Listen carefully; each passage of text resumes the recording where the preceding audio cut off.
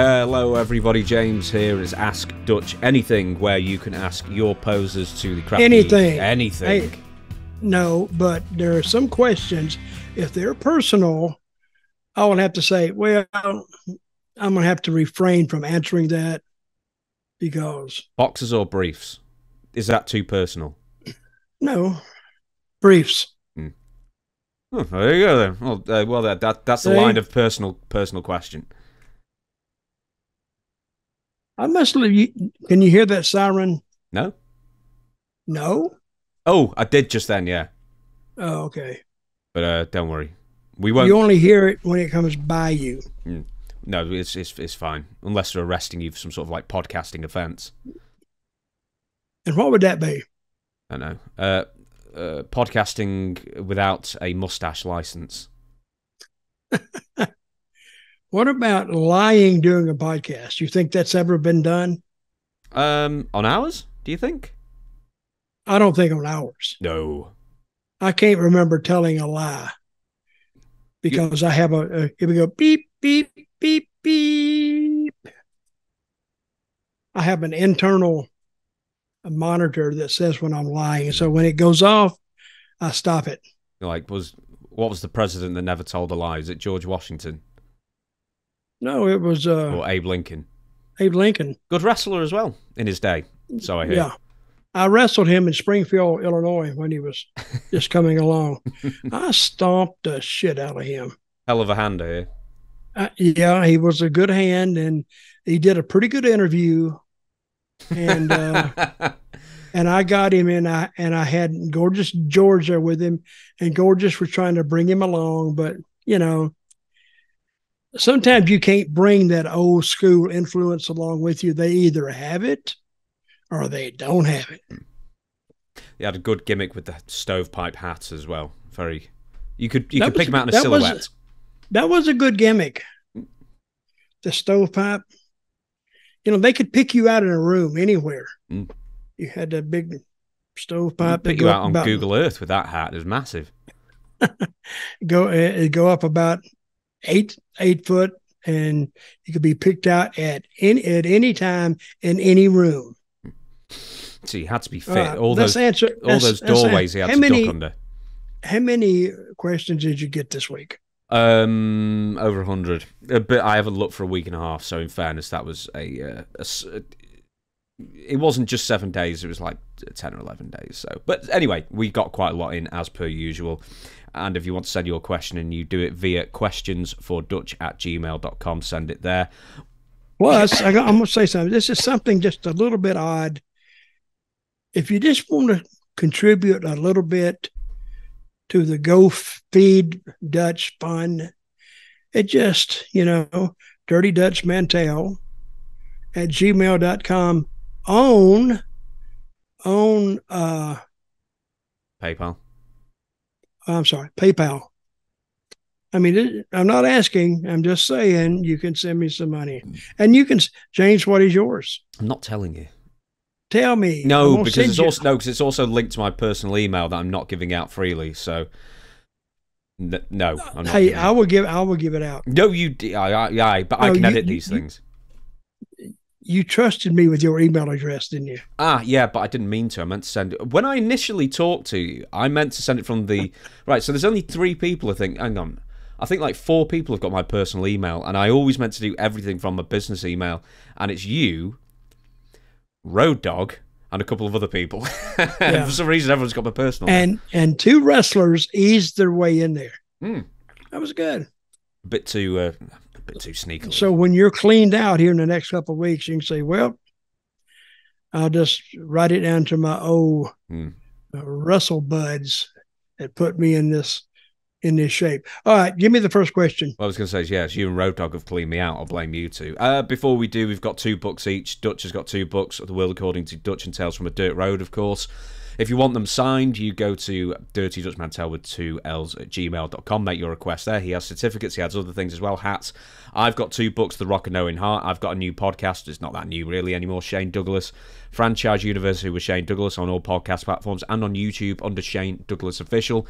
And I think that's pretty much it. So we will get to the first question. And the first one is from actually a lot of people, who wrote in. So a video came out and everyone wrote in the same day. But I've chosen this one from Rod Rose from Pikeville, Kentucky. He says, "This is my first time writing into the show. First off, I want to say how much I enjoy the podcast. I never miss an episode. Well done. Anyway, I was scouring YouTube and I ran across a wrestling pay-per-view from around 2011 or 2012 that streamed on Netflix called AWE, Awesome Wrestling Entertainment, Night of the Legends. To my surprise, the commentary team featured Larry Zbyszko, Chris Cruz, and the Dirty Dutchman himself. The main event featured a match between Ricky Morton and Kevin Nash with Ronnie Garvin, of all people, as special referee. Does Dutch remember much about the show or the bizarre main event that features a promo mid-match?" Oh, I remember the show. I had went up there to actually wrestle, and then they didn't have a commentator, and then they threw my name in there, and I said, "Now, if I'm commentating, I'm not going to wrestle too, because that's 2 jobs." "Okay, no, you just commentate. Here's your," and they got me my tux. I had a tux on. I look very nice in a tux, by the way. Did they provide you a tuxedo? They did that day, yes. Oh, very nice. And we did, me and Larry Zbyszko did the show, and it's hard to do shows that way though, because they're trying to tell a story that you're not familiar with, nor are the fans in most cases. But your job is to kind of bring them into the moment. And I tried to do it as best I could, but it was a failure. I think the pay-per-view, I mean, the matches on the pay-per-view were okay, but if we'd have had some angles that we kind of understood, but there was no way for anybody to understand any angles because they didn't have a TV. They didn't have nothing. It was one of those thrown together at the last minute type deals. But it paid good, and wrestling fans they'll buy it. They'll watch it. So on a scale of 1 to 10, I'll give it about a 5.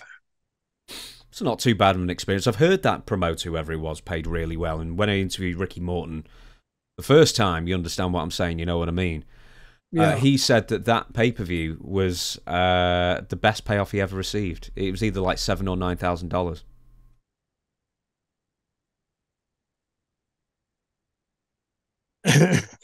Wait a minute. Mm-hmm.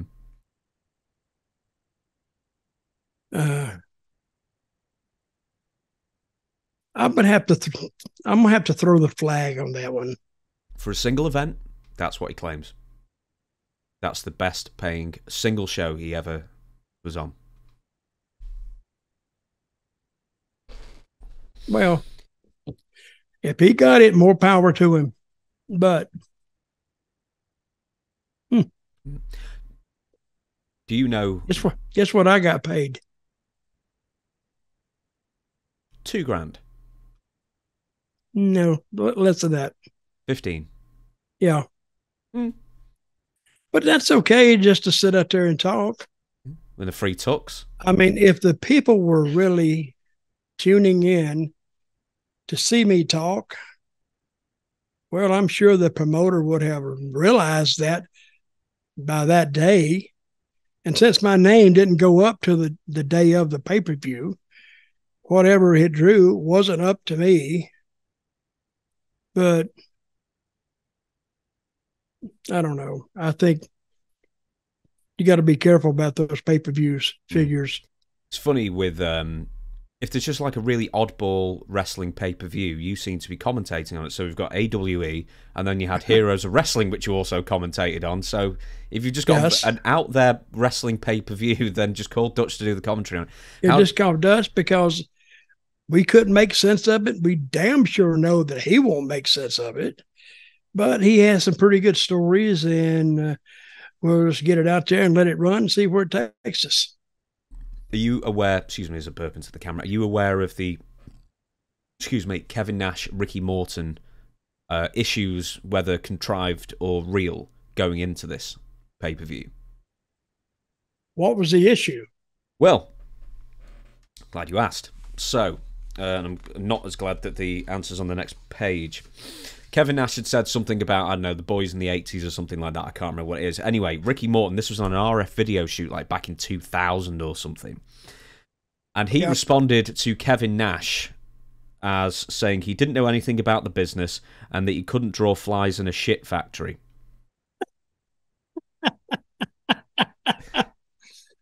Now, hey, that's pretty strong. Couldn't draw flies in a shit factory. And he directed that comment to Kevin Nash. Yes, and then he made more pointed references to Kevin Nash throughout this RF video shoot. So it's probably the first pay-per-view ever where the main event revolved around shoot interviews. Crazy. But that was also 10 years before the pay-per-view came out as well, so there you go. So it took 10 years for that pay-per-view to come out? After the initial comments, yes. Also, very quickly, how did you like working with Chris Cruz and Larry Zbyszko?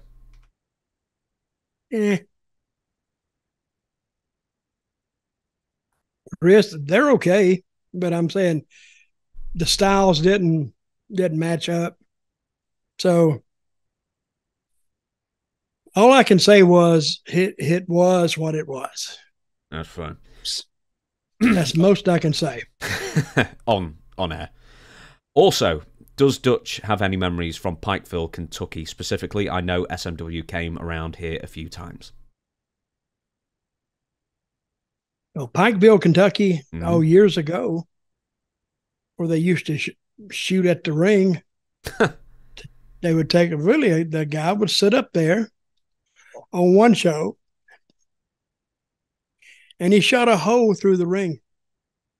What? Or he fired a gun in the middle of the ring, and I'm sure it didn't go through because the boards are like that. But I bet if they picked that up, they could have pulled that bullet out. And yeah, they would get up there and they would get drunk in the stands. And if you ever been around those mountain people, they're not predictable. Thus, why would a guy just fire a gun right in the middle of the ring? Who's in the ring, do you know? It was just empty. I think it was an empty ring. They just had gotten out. So not George Goulas then? No, we could understand that if George. I think it was a Smoky Mountain show. Oh God, so it was in the 90s. Crikey. And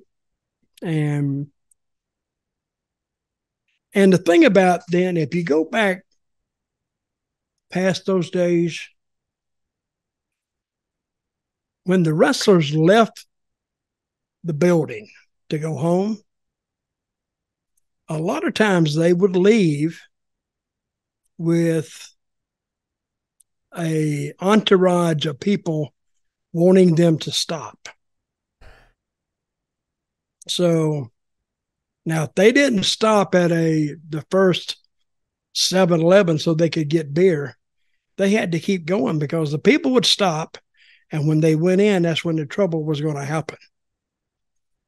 So I've heard guys that they would leave Pikeville, Kentucky, and they might not stop for another 100 miles because finally the people would just turn back. So again, they believed that the things you did in that wrestling ring meant something, that you fully intended to beat the living crap out of whoever was in the ring with you. So you had to watch that because they believed it.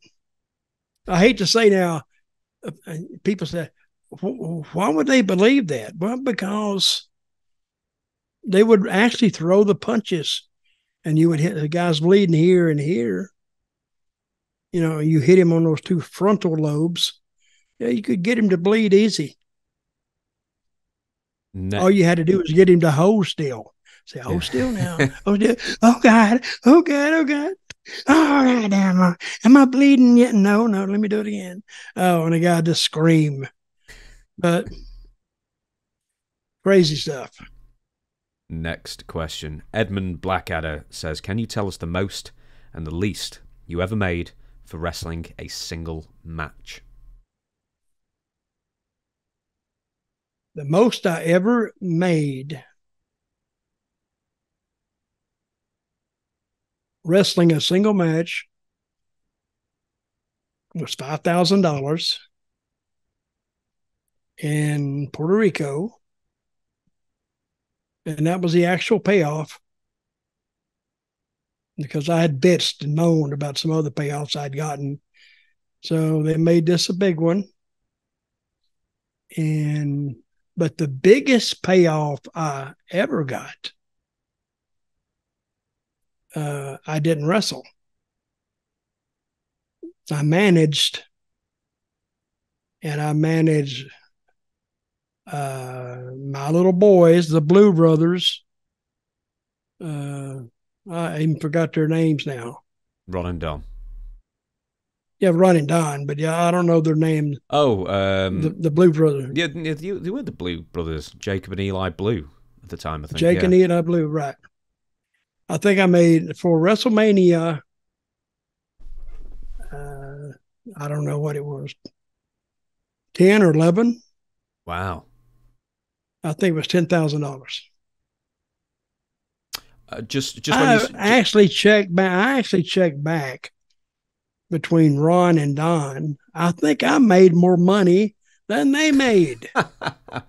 And they got hot as a mother hunter.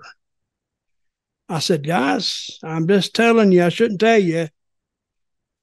You know, you get to telling what you made, and they can actually see it. Because they make you say, no, you didn't. No, you didn't. Yeah. I think they made $7,500 each or together. Each. Well, that was a pretty good payoff in whatever it was.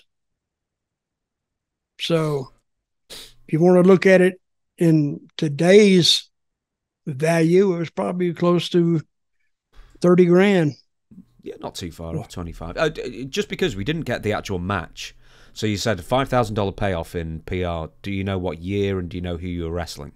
Oh, PR. Oh, yeah, I remember. It was in 1979. It was a stadium show outside, me and Frankie Lane versus Carlitos Colon, my good buddy, and Hurricane Castillo? I can't Hurricane remember. Castillo Sr. Yes.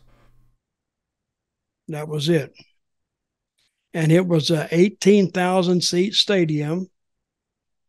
And it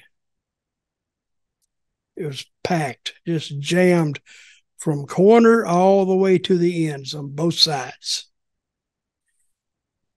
And it was about 20,000 people. And then there's more people coming through the gates or coming over the outfield walls. So when you get 20,000 people literally wanting to see you die, you have to be very, very careful. And I was as careful as I could be. I think we had one match. I think it may have been a week or two after this, it sold out too. But it was a match that it was inside at the inside stadium. And we went on last. I don't know why we went on last, because usually they would put us on fourth. And I asked them one day, and I've told this story before. I said, why do you guys put on your main match, or the match that drew the people? Why do you put it on fourth? He says, well, these people have a tendency to drink, and they drink a lot. He said, so if we wait to the end of the night, they will be stone cold, staggering drunk. And he says they're hard to control. They're hard for the police to control. So we walked out there on the floor, and I think it was the Rodriguez Stadium, the inside deal. I think it's what they called it then. We went on the floor, and it was 10 minutes before we could leave the floor to even start the way down because they hadn't cleared the way out. The fans had figured out, well, this is the way they're coming in. Let's get them on the way in. Man, they beat the living shit out of me on the way to the ring. I had a poncho, so I'd put the poncho up in the hat, but that shit was... See, the cops hated it because they get hit. They don't hit me so much as they hit the cops. So we get in the ring, and it was supposed to be a barbed wire match. The ring surrounded by barbed wire. And I always thought that was illegal in Puerto Rico. I mean, I'm not a stickler for the facts now, but it was. And they couldn't put the ring up because it was banned. So we just started fighting, and they pulled out some of the barbed wire. We never even messed with it. And we went about, I mean, the people were loud. God. So the match was over. I forgot. They won. They pinned me, or you talk about guys not wanting to lose in important matches. Yeah, I wanted to lose. I wanted to lose and get it over with and get me the F out of here, please. So when it was over, we thought we were going to leave. That's the key phrase. We thought we were going to leave. But the fans had a different thought. No, we're going to delay you and try to kill you. That's what they did. So it took us at least 10 minutes to get from that ring. And it was only like, I would say it's 150 feet to the door. It took us 10 minutes to go 150 feet. And it was fighting the whole way. And here come a punch, and I'd throw a punch out, and, and it would become something else. And it was rough. So we got in the back, and I laid down. I said, oh, I'm glad it's over. But then guess what? It wasn't over. They waited for us outside. And the police come up, and they said, Dutch, they can speak English. Hey, we don't advise you to go outside for another couple hours. Why? Well, they found out the car you guys are in. And they trying to do all kind of stuff to your car. I said, okay. So we tried to go out probably about, matches were over at 12. I think we tried to go out maybe 2:30 because the cops finally said, screw it. I'm not on the clock no more. I'm leaving. So they took off, and here we was trying to make our way to the car. And the whole time I had carried like a iron, like that's what they pour iron concrete around. Mm. And it was like, had little round rivets around it. But it was hard, is what I wanted. So I carried that out with me, and people throwing stuff, and I'm trying to hit people, and we finally left. I got home that morning, and I lived about, I don't know if you took a straight shot, I lived about 20 minutes from the stadium. I got in at like 4:30. Crazy. But I've got a fun fact for you, Dutch, is that $5,000 in 1979 and $11,000 in 1995 both equal within about $20 of each other, $22,000 in today's money.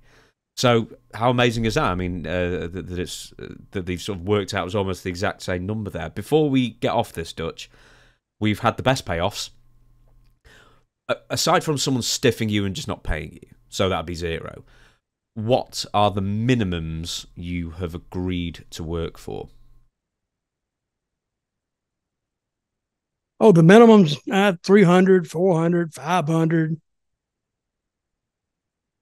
But to get some of that stuff, to get a $500 payoff, these guys, they're not making any money anyway.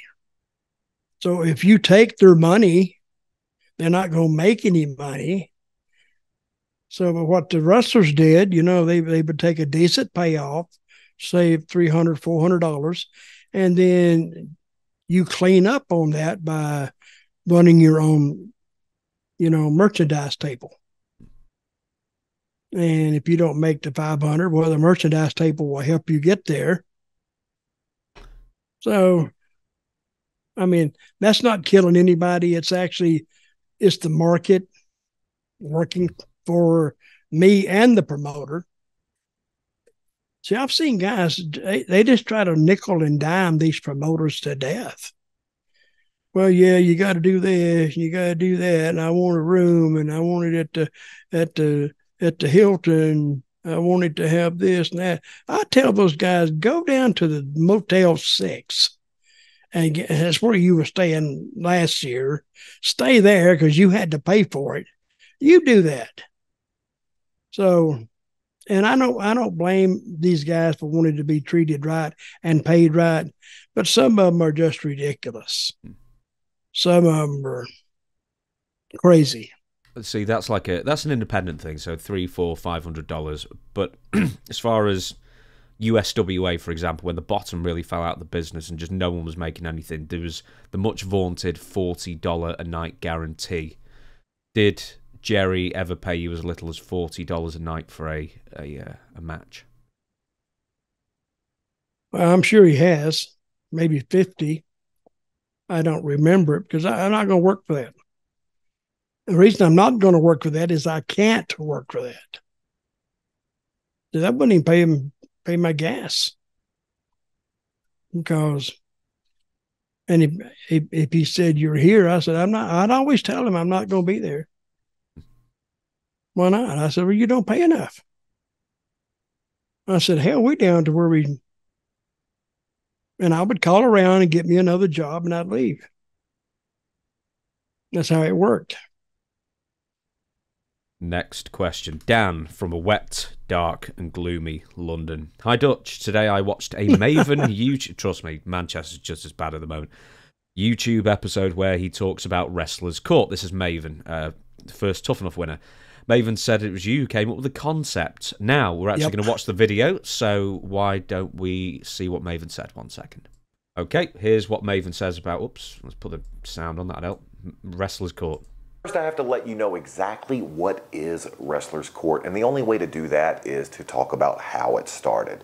Dutch Mantell, or for newer fans of WWE, Zeb Coulter, started it years ago, back after the Bruiser Brody incident from Puerto Rico. For those of you not familiar with who Bruiser Brody was, he was a wrestler who was actually murdered in Puerto Rico after an altercation with either a booker or other wrestlers. And Dutch Mantell knew there had to be a better way for wrestlers to hash out disagreements, and thus bringing forth Wrestlers Court. In order to... Okay, right, so this is something, if true, I had no idea about, is that you invented Wrestlers Court in the wake of the Bruiser Brody murder in order to better hash out issues in the back. Is that true? Well, no, the Bruiser Brody incident had nothing to do with Wrestlers Court, because Wrestlers Court is a tongue-in-cheek look at things if they have a disagreement backstage, because it should be funny. And if you have an issue that one guy don't want to put the other guy over, and they present their case to a judge not a jury, just to a judge, and they'll rule on it in about 30 seconds, and therefore you're stuck with it. Because I came up with Wrestler's Court because I was a big fan of Judge Judy and Judge Mullion and, the judges, and they were good. So that's what we based it on. And once a judge ruled, it's over. You can't go back and go for a retrial. What were the punishments for The Undertaker for romancing the ladies and turning up 4 seconds late? What were the punishments you'd give him? Oh, he'd have to drive for a week or two. You never drove anyway. Yeah, well, I didn't drive anyway. But he never accepted the findings of the court, because I convicted him every week. We'd be on a trip to Louisville, and I say, okay, Wrestler's Court, ding, ding, ding, ding. And whoever's in the car, I said, here's the defendant number 1. And I just call it out, Mark Calloway. And he's been convicted or charged with romancing the rats. See, if you romance the rats, if you're too good to them, they said, you'll ruin the rats for everybody else. And the rats, I never really called them the rats because I didn't want to degrade them like that. So I always called them little ladies of the matches. Is what I call them. And then we would put him on trial, and he would try to do his own defense, which didn't work. Then I'd say, ding, and I'd hit the table. Okay, I've come to a verdict about 30 seconds into it, and that he is guilty as charged. So, pay the court fees. Court fees would be about $50. I never got anything for that. But the best Wrestler's Court when you got several people together on a team against this one guy, so they could all testify against him. And we've had that. It was like a kangaroo court, kind of, because I never remember the defendant winning anything. We always hung him with the charge, and you're guilty as charged. And you're a hanging judge. Yeah, I was a hanging judge. I hung them all. So, hang them high. We will move on. DS. Hey Dutch, what did you think of Terrence Taylor, aka Terry Taylor, in the York Foundation in WCW? I personally think that was a great character for him, coming to the ring in a suit and looking very confident in himself and his abilities. After the horrible Red Rooster gimmick, also the York Foundation was underrated stable with the talent they had. What are your thoughts on the group? Do you remember the York Foundation with Alexandra York, aka? Well, they could have done something with it had they concentrated on it, but they didn't really concentrate on it. So if they'd have taken Terry Taylor and pushed him like he is different from all the rest of them, and then take one of those underneath guys and him and the girl, they beat the crap out of them. Then they disappear for 2 weeks and come back. Now they got an issue. So, but as it was, they didn't have any patience. And patience is everything. Unless you have patience, you're just going to get a couple matches. You beat a guy up, and the guy comes back to get a comeback, and it never really works out the way you want it. I like that. Terrence Taylor, the computerized man of the 90s. So, best I remember, it was Terry Runnels was the manager, and apparently she put into a computer the opponent's strengths and weaknesses, and the computer would come up with an answer of how to defeat said wrestler. And the answer always seemed to be, this is the computer speaking, pick me up and bash me over the head of your opponent. And that seems to be the finish every single time. And it probably worked. Yeah, it worked every time. If they didn't get caught, it was great. As far as that, it was an awful faction. I was like, crap. Michael Wall Street, Richard Morton. It's like, here's something I want to mention to you. Who was Richard Morton? Morton. Morphine? Not Morphine, Morton. Ricky. Ricky Morton. Yeah, it's Ricky Morton. But this is one of his brief heel runs. Yeah. Which also, I saw a video with you recently where like an unshaved Ricky Morton is a bad guy with you. And you're a bad guy team in like Continental or something like that. Memphis, I think. Is that Memphis? I remember that. The other people... It didn't last long. Why not? Because it was the shits. That's one reason. So if you see yourself in a situation where there's not much upside to it, cut the cord early. Go do something else. Go actually get a job. That might have helped, but sometimes in some of these wrestling companies, they just know there's no hope for them. A couple more people who are in. So Alexandra York, Michael Wall Street, Terrence Taylor, Richard Morton, Thomas Rich, and Mr. Hughes, Curtis Hughes. I mean, I've interviewed most of these people, quite frankly. Do you know, Curtis Hughes really surprised me as an interviewee. He was really good. He was full of personality. He was great. Yeah, he was good and good in the ring. I think you're right. He's a bit underrated, especially as a super heavyweight, and he moved really well. And surprisingly, he got his start in Kansas City with Bob Geigel, apparently. And how long did he stay with that? Not long. Who's waving at you? Oh, my wife. No. Yeah, he didn't stay there long, and then he got into WCW. Any stories about Mr. Curtis Hughes? Brother, he could stink a plane up. Go on. We got on there, and we were way in the back. Like, it's, you got your first class, then you got your business class, then a smaller class, and then you got your third class, I guess. Scum class. Well, it was 3 seats on one side and 3 seats on the other, I guess.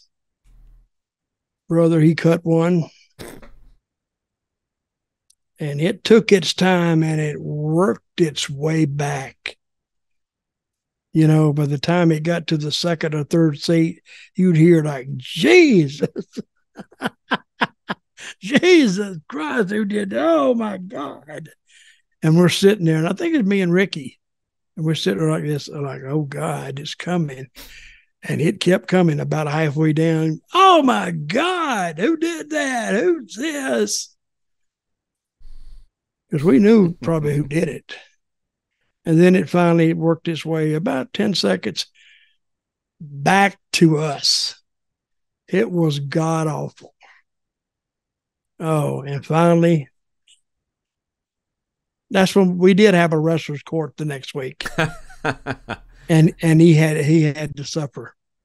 What was his sentence, do you remember? Like a court? I think he walking.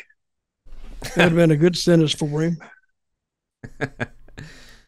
Ah, dearie me. Apparently also was the guy who could sleep anywhere. So yes. I hear. But I think that was from I think he had a vitamin deficiency. Like a sleep apnea thing or something. He could have had sleep apnea too, because he could go to sleep immediately. Who's ringing you? It better not be Curtis Hughes ringing you. No, it's not. Oh, okay. It's my daughter. Should we move on then? Let's just move on to the next question. Move on. Timmy from Long Island. Who were the wrestlers who preferred hardwaying for blood back in the day? What's the best way to hardway if you don't have something sharp to hand? Gun. That's the best way. We didn't do hardways back then. No? No. If a guy wanted to do it, he could. But very few, let me just say it this way. I never volunteered my ass to get hardway. No. Because they're going to hardway, they're going to hit you right on that eye with the right hand over your left eye. And when they hit that orbital bone, I guess. That's supposed to cut the skin, and you start, open you right up. Some guys could do it right away. Other guys couldn't. So, who were the best at getting Hardway blood if needed? Well, we didn't do it that much, but probably. I remember Tom Ernesto. He was the old school guy. He could get it, and then if you got it before the match. See, I worked this angle one time, and I said, I want us to come to the ring, and we started having words. And I said, I want him to punch me and bring juice right away. And he said, well, people are going to see you go down and do something. I said, no, we'll hardway it. So they never see it. And they didn't. Because you get it bleeding right here. Maybe a line about that far. Then you new skin it.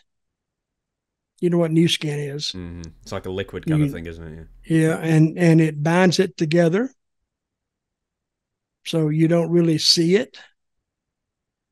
And then when he comes to the center of the ring, he hits me, and all of a sudden it's gone. And you think, damn, he knocked the shit out of him and opened him up. So we did that a couple of times. It worked like a charm. Because you cannot tell that it is that the guy did it to himself. So the trick is, as you were saying, so it's sort of like downward stroke on the ridge of the brow, essentially. Okay, anybody that's thinking about doing this, get your little brother. Take him back in the bedroom. Mm-hmm. Say, close your eyes, and he'll close his eyes. And you want that thing just like that. And you want to take your knuckle and come down on it, on the edge. And that will open the skin up.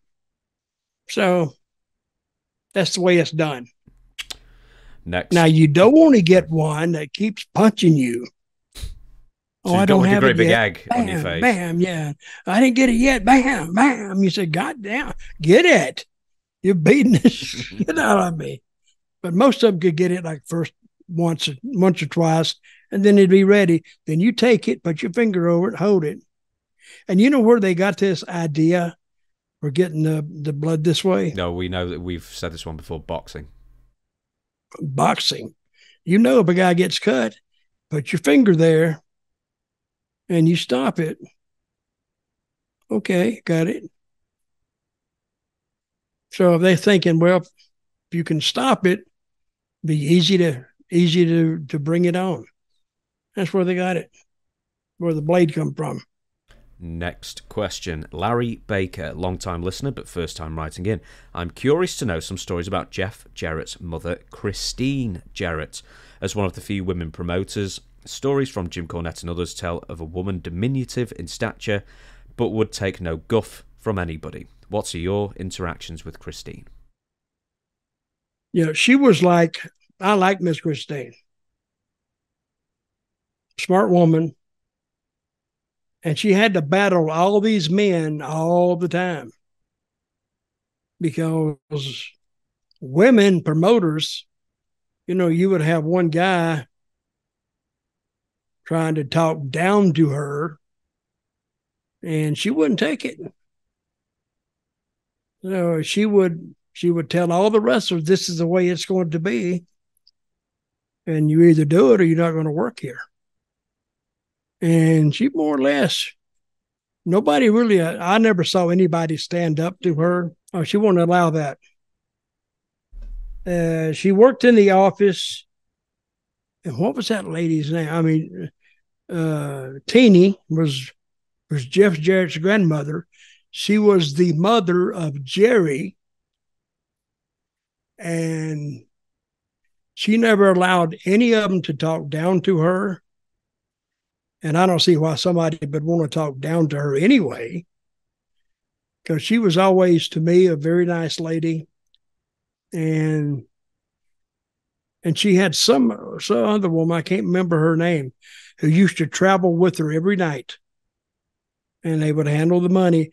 Now, you got to think about this. They were leaving the arena with sometimes a lot of money, cash money in their hand.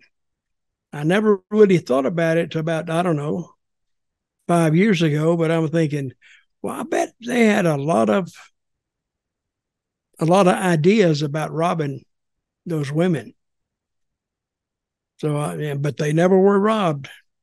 So, and she had Nashville, she had Evansville and Louisville. Those were her town. And sometimes she would have Lexington, Kentucky. And she would do very, very well. So if you went to her with a problem, or it has always been my experience with her, when you went to her with a problem, she would listen to you and she'd actually do something about it.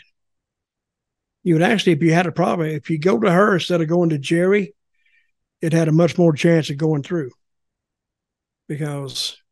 But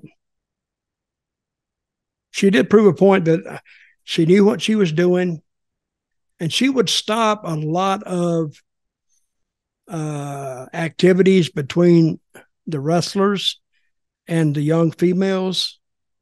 Oh my God, don't let her catch you with a young female.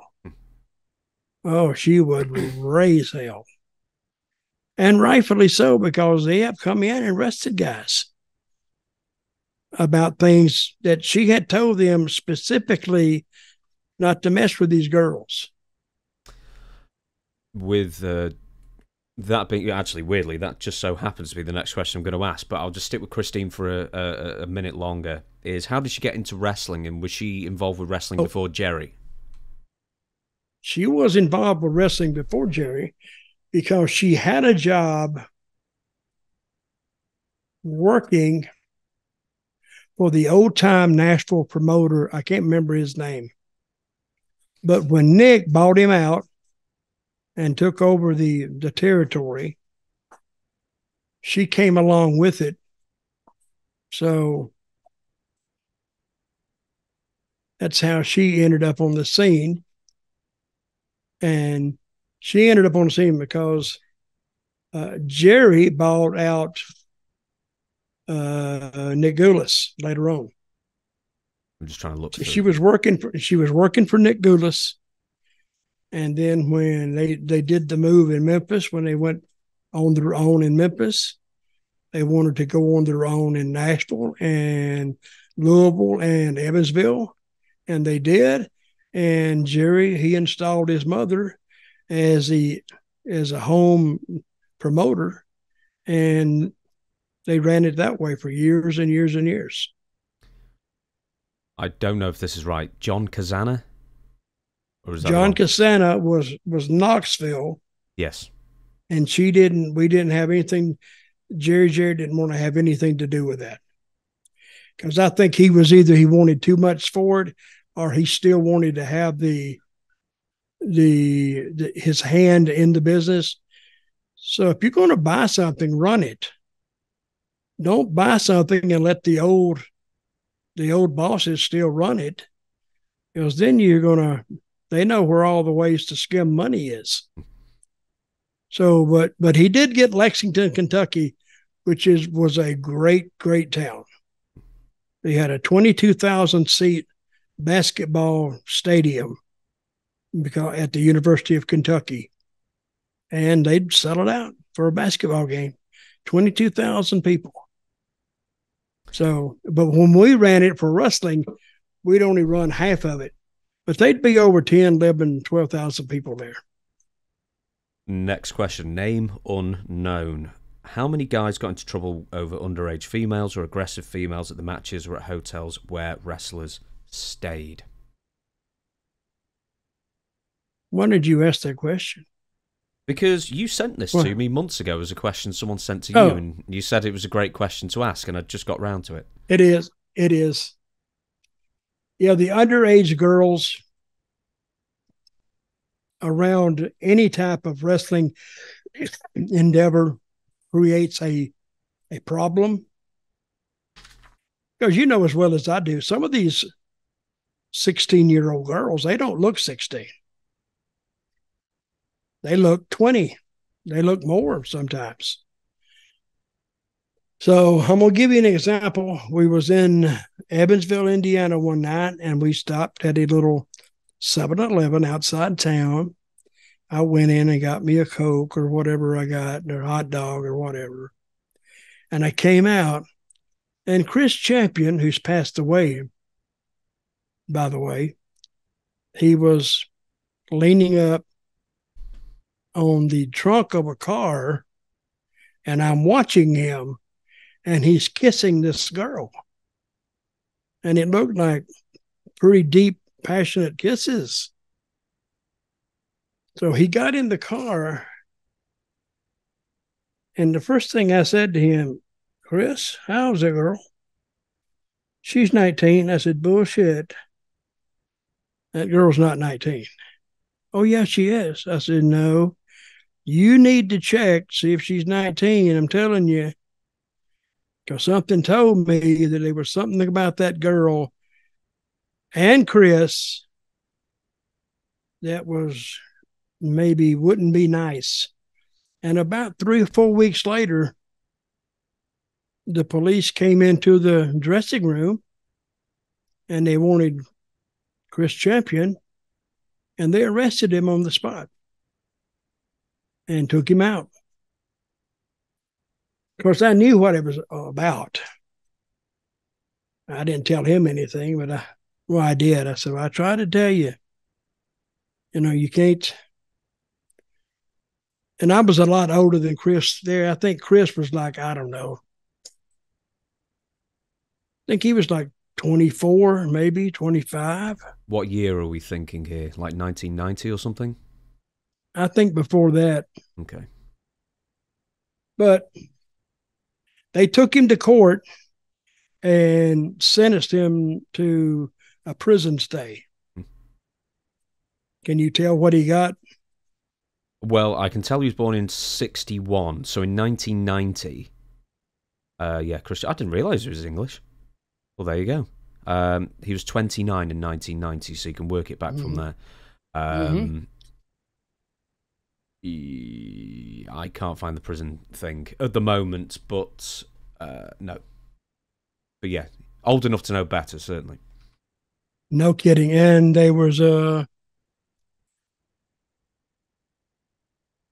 another one with Kenny Wayne. Yeah. But I don't think he molested any kids, but he had it all on his computer. And he went to jail for 3 or 4 years. But knowing some things like I know, there are some people who barely missed going to jail. And the reason that they didn't go to jail was because they paid off the girls. So I'm thinking, what is wrong with these guys? Well, you know something, one thing I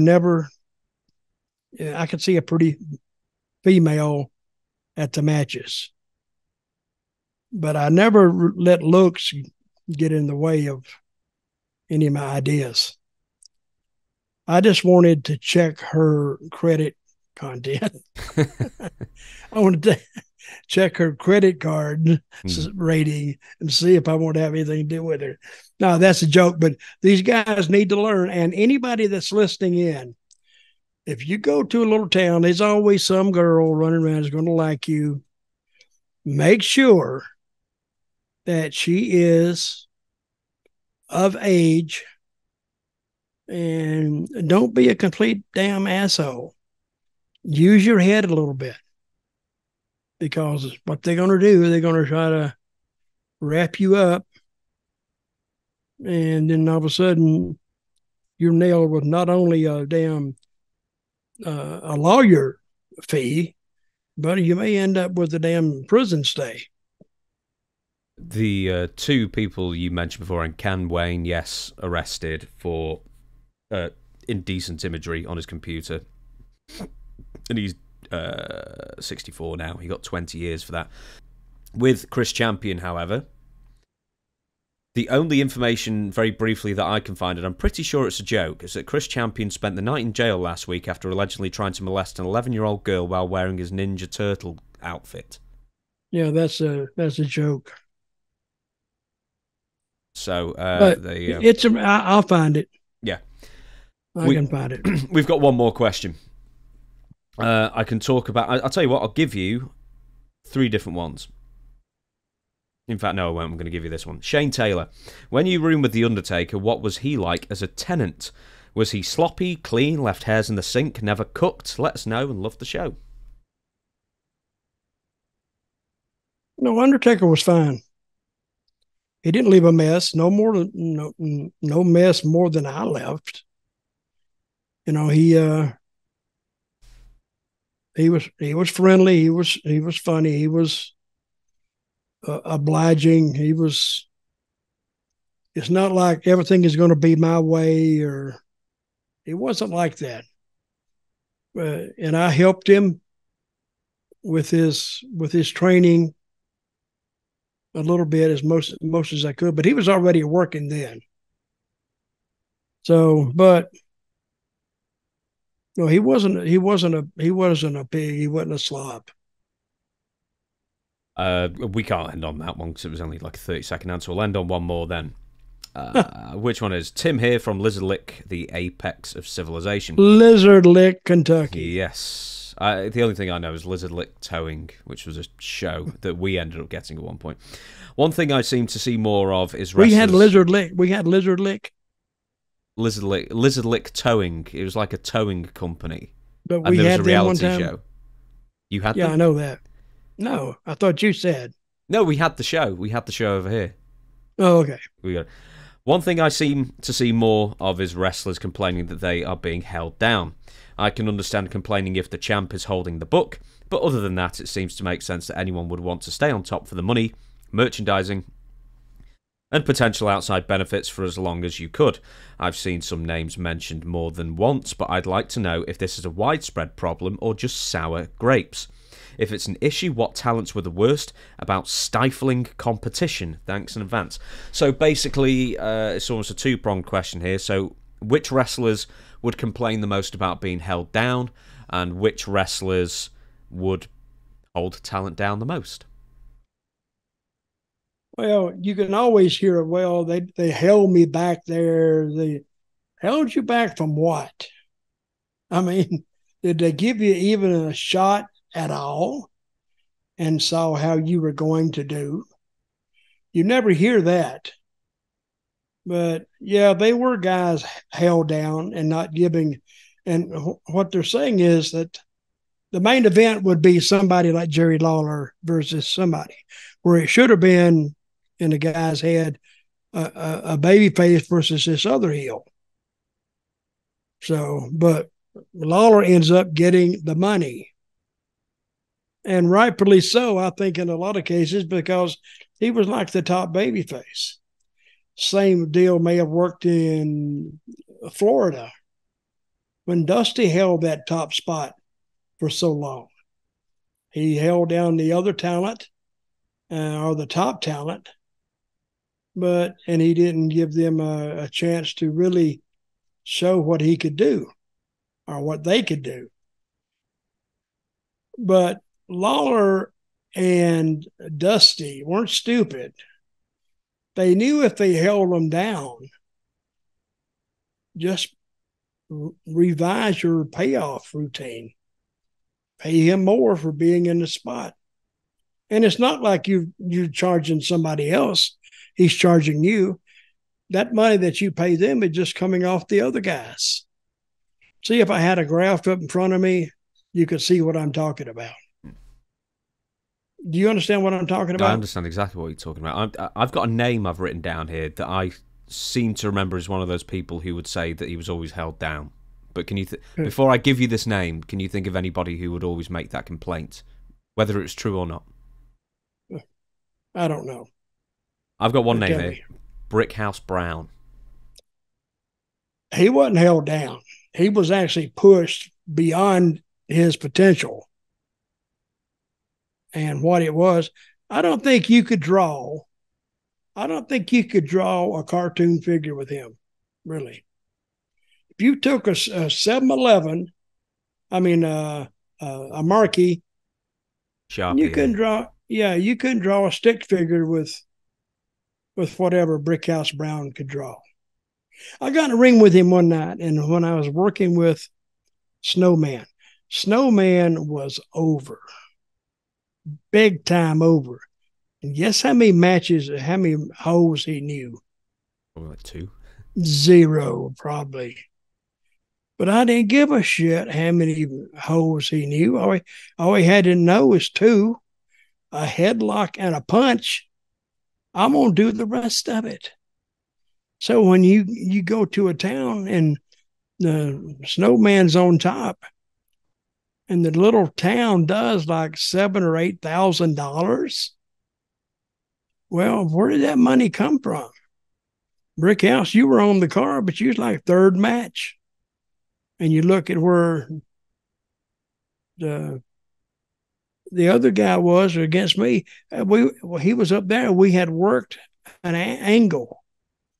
But I have worked some matches with Brickhouse. He was literally lost.